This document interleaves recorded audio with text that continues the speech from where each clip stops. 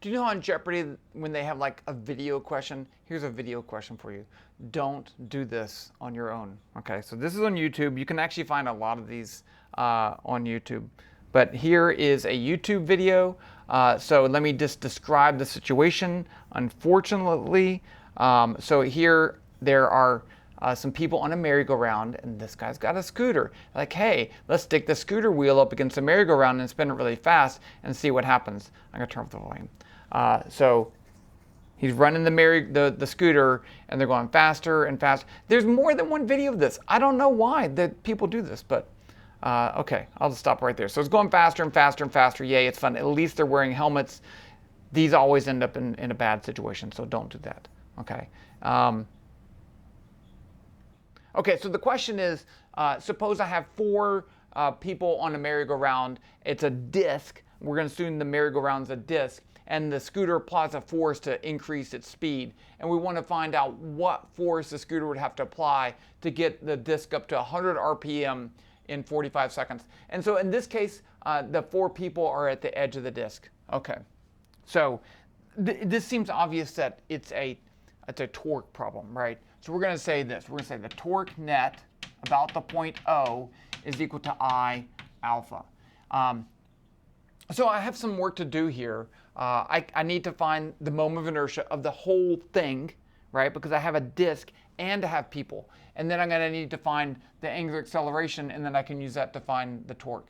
So let's find the moment of inertia first. So I is going to be equal to I disk plus I people. So the disk we know, right? The moment of inertia of a disk is 1/2 m, this is md, the disk, times the radius of the disk squared. And that's just the expression for the moment of inertia of a disk, right? You have to look that up. Now for people, one individual point, the moment of inertia of a point is going to be equal to m person times r squared. So that's the distance from the center, and that's the mass of the point. Now I actually have 4 of them, right? So I'm going to have 4. So now I get the total moment of inertia. It's going to be equal to 1/2 m disk r squared plus 4 m person r squared. And now I have that. And I can put in my numbers in a little bit. Don't really need that. Next, let's think about the angular acceleration. Alpha is going to be the change in angular velocity with respect to time. Well, I know the final angular velocity, omega 2. I know the initial angular velocity, 0, and I know the time. So it's not that big of a deal. There's just going to be omega 2 minus 0 over delta t. Now, I do need to get this in radians per second. So omega 2 is going to be equal to 100 rev per minute. And so we can do a unit conversion here. How do I get that into radians? Well, I know that 1 revolution is 2 pi radians. And so here the revolutions cancel. I need to get rid of the minutes, so no 1 minute is equal to 60 seconds. And so the minutes cancel. So now if I multiply by 2 pi and divide by 60, I get my angular velocity. So let's just go ahead, and we're pretty much done up here. The torque, I have some force from the scooter that way, and I have r. So remember, torque is going to be Fr sine theta. The angle between the force and the distance from the point of rotation is 90 degrees. Sine of 90 is 1. So this is just going to be F, let's leave it as F times r. So if I put all of this together, I get the torque, which would, in my case, it's positive because it's counterclockwise. Fr is going to be equal to the moment of inertia, 1/2 m disk plus 4 m person times r squared. I factored out the r squared because I can do that.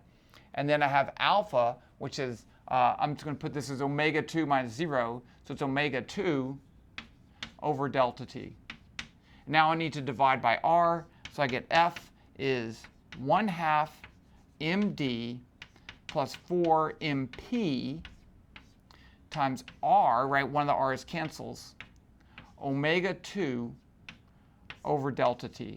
So let's put in our values and get an estimate for this. So I have 1/2 times 111 kilograms plus 4 times 65 times the radius was 1, and the angular velocity was 100, and then I had to multiply that by 2 pi, and then divide by 60. And then all of that divided by 45. So let's get our value, plug it into our calculator. It's a lot to plug in, but it's not bad. Okay. I have chalk on my face. That's the other side. Look at that. That's how messy I am.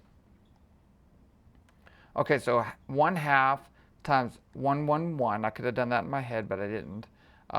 4 65 times plus 1 times, 100 times, could have done that in my head, 2 times, could have done that in my head, pi times 60 divided by, and then 45 divided by. And I get the force of 73 newtons. I guess my disk is so low mass, and 45 is a long second. And maybe 100 RPM isn't that fast. I think that's okay. I think it's okay. I picked some values. Maybe they weren't the best values. So, again, don't do that. Okay. The end.